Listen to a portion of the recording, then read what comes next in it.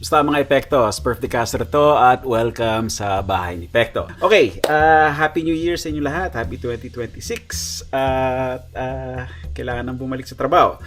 Nung kamakailan, naglabas ako sa main channel ng travel hack. At nakita nyo kung paano ginawang punggok itong gitarang to.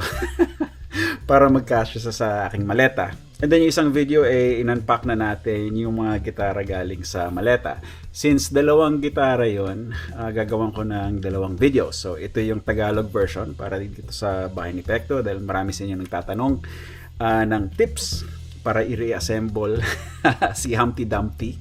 Tapos yung pangalawang video ay gagawin kong English para sa main channel. So ang assembly natin ngayon ay itong Crafter na signature guitar prototype. Okay. First things first, kailangan nyo ng screwdriver. Gagamit lang ako nitong powered screwdriver para lang madali. Pero any screwdriver will do. Kailangan nyo rin ng kandila. Papakita ko sa inyo kung bakit maya-mayang konti. So this will be a mix of yung top-down shot. Itong top-down shot na to para makita nyo kung ano yung exactly na ginagawa ko. Tapos siguro itong camerang to mamayang konti susuotin ko rin para meron tayong first person POV. Anyway, let's start. Of course, walang sponsor tong video na to. Again, katuwaan lang. And then syempre, since kailangan kong gawin, pinifilm ko na rin. Pero kung kailangan nyo ng mga yung mga tools, yung mga stuff na ginagamit ko, meron akong affiliate links sa video description. So, gamitin nyo lang yung links na yan kung magsha-shopping kayo. Itong Music Nomad na kit ay available sa Guitar Pusher dyan sa Pilipinas. Ayan. Okay. Saan ba tayo? Okay. Unpack. Tanggalin muna natin ang neck. Ayan. Okay. So, yan yung neck. Tapos, ito yung ating mga parts. Diyan lang muna yan. And then, ito na yung guitar body. Yun. Yan na yun. Okay, tabi lang muna ang case. At ito na ang ating mga parts.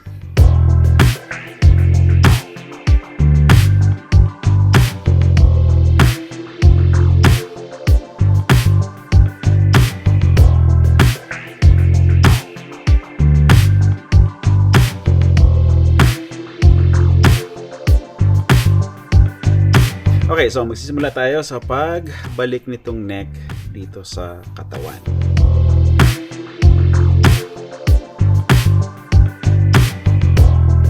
Ito yung mga ferrules.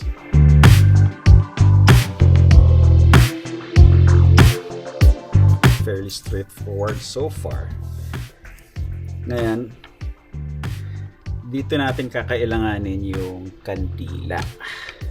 So basically, itong wax ng kandila, gagamitin lang natin siyang parang lubricant para sa screw threads at nang hindi niya kainin yung butas ng ng neck heel. Okay? Para mag-guide lang siya na mas smooth ang pagbalik sa actual threads. Okay. Scented candle pa to. So, huwag niyo sabihin kay Mrs. na ginamit ko to.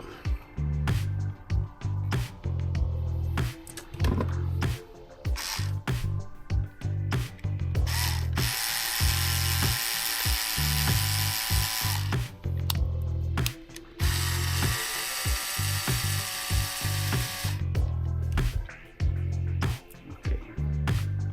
So, yan. Parang lubricant lang. Ngayon, pwede rin kayong gumamit ng iba pang lubricating paste like petroleum jelly or stuff like that. Pero maganda rin kasi itong kandila dahil yung wax madikit ng konti. So magkakaroon ng mas magandang connection yung threads sa kahoy, sa grooves ng kahoy.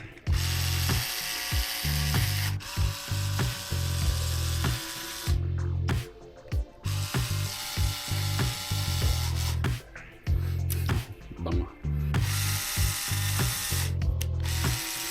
Subukan na. Yun, mas madali. Ganun na lang. Pahirapan pa eh.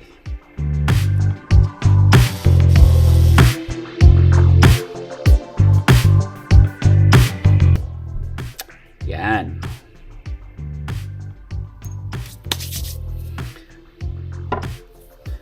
Ngayon, i-arrange natin yung ating screws.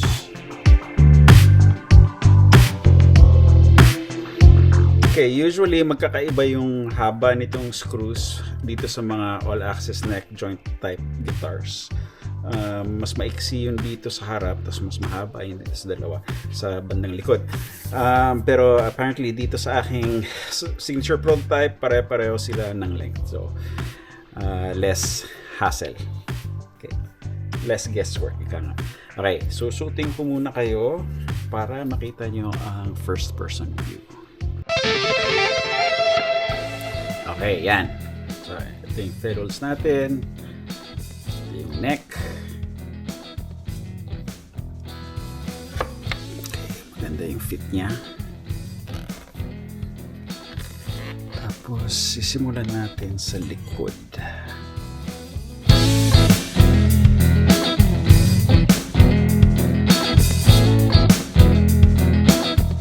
Dahan-dahan lang muna. At siguraduhin na walang pumipuwersa.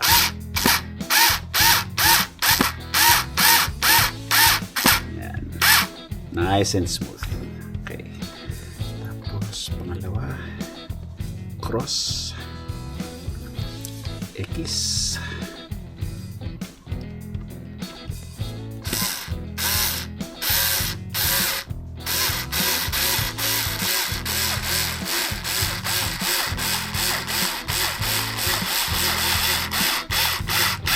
Yan.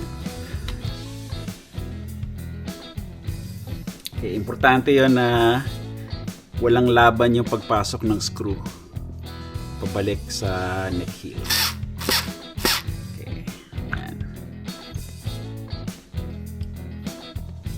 Tapos makikita nyo rin, nasa pinaka mababang setting yung powered screwdriver ko.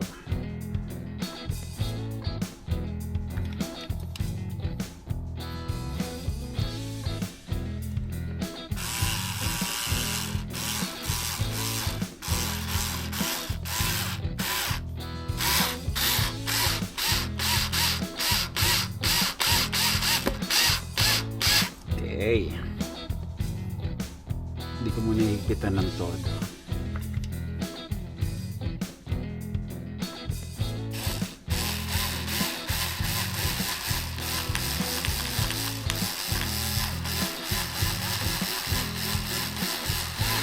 Yun, smooth.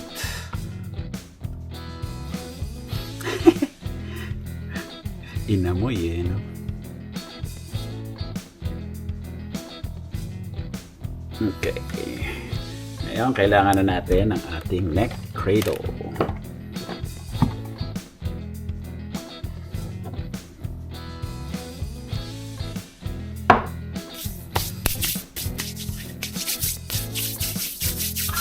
Okay, ngayon ang last step ng pagpapasikip ng neck screws ay gagawin natin by hand.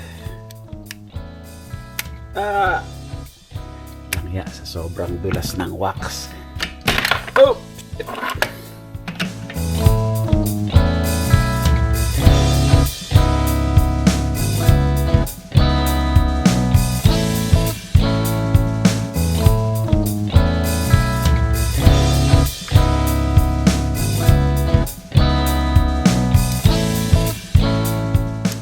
Importante, firm lang yung tightness niya, huwag masyadong babrasuhin.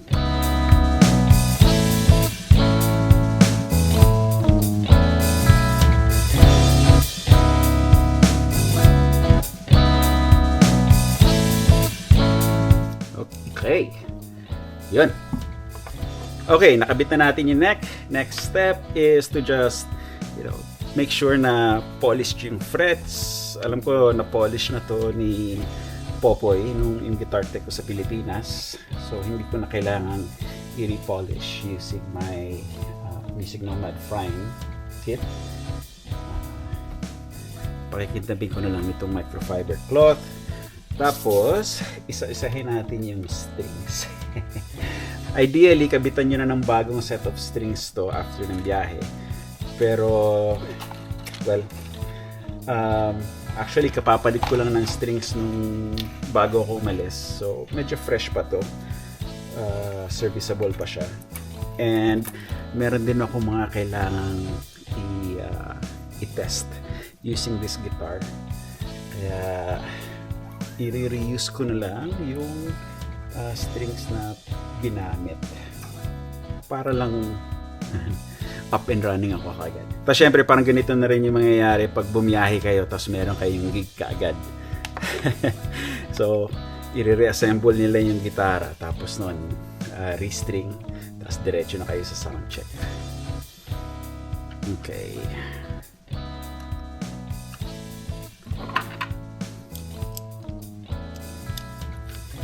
Itong gusto ko sa Music Nomad, andito na lahat ng kailangan mo.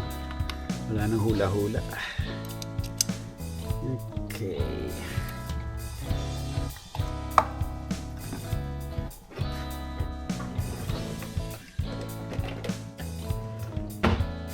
Ngayon, bago i-reinstall yung strings sa Floyd Rose side, make sure na nakalock pa rin yung locking tuners nyo, kung nakalocking tuners kayo.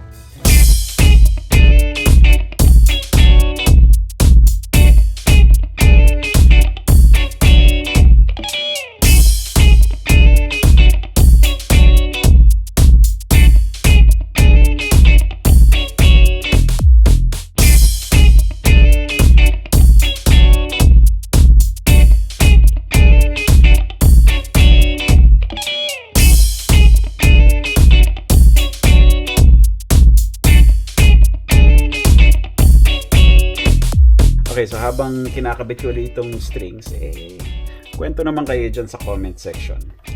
Musta New Year nyo? Anything exciting? Tsaka, pwede nyo na rin i-share kung ano yung mga plano nyo for 2026. Okay? Basahin ko lahat.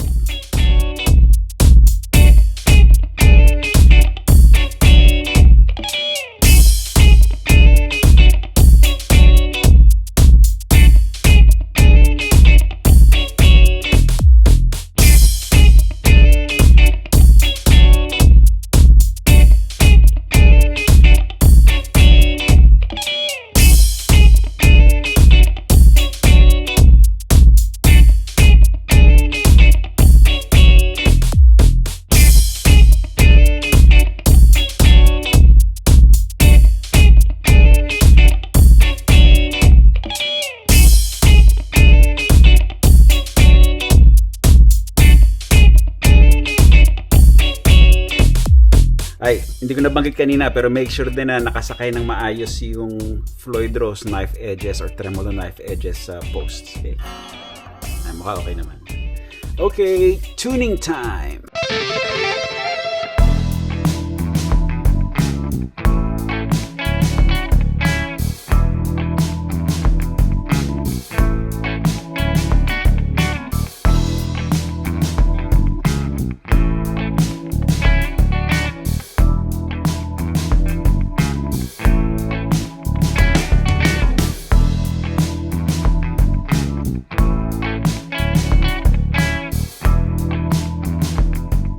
Ilagyan ko na rin ng wax itong screw threads ng locking nut.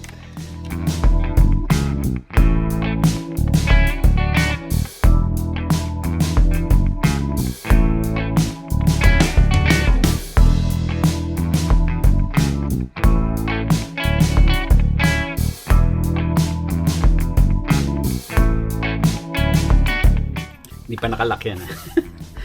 Kasi kung magtutono ka ng gitara, dapat playing position.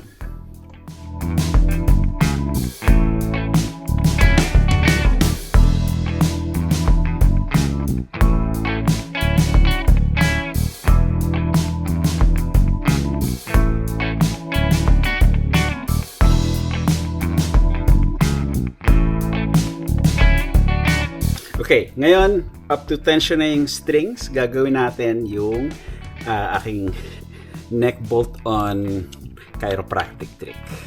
Okay. Para lang, mahilan ng strings yung neck at umayos ang pagkakadikit niya sa katawan.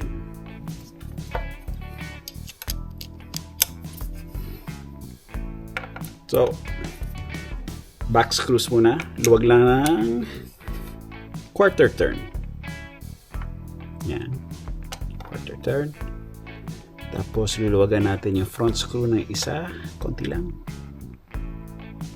Yun. Pag narinig nyo yung lagutok na yun, okay na yun. Tapos isa pa. Yun. Okay.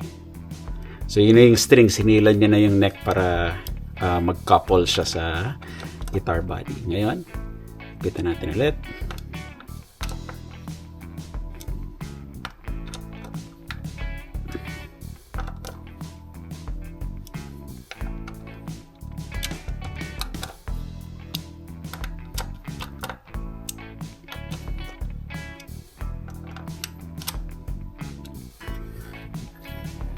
Tapos, tingnan natin kung gaano kalaki yung pagkawala sa tono.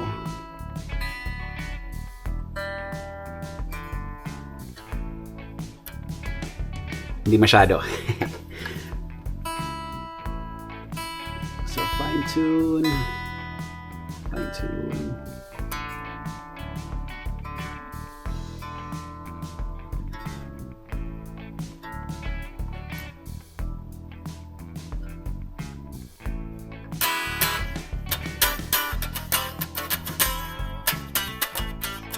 Okay, lock na natin.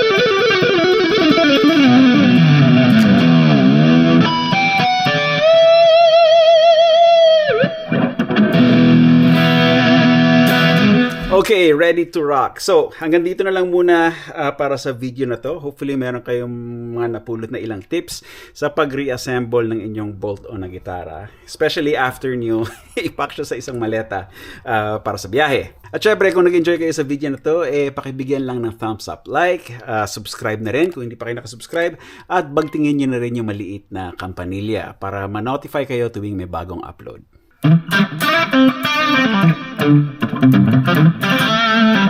Okay, hanggang sa muli. Paalam. Ingatan niyo yung sarili. Cheers.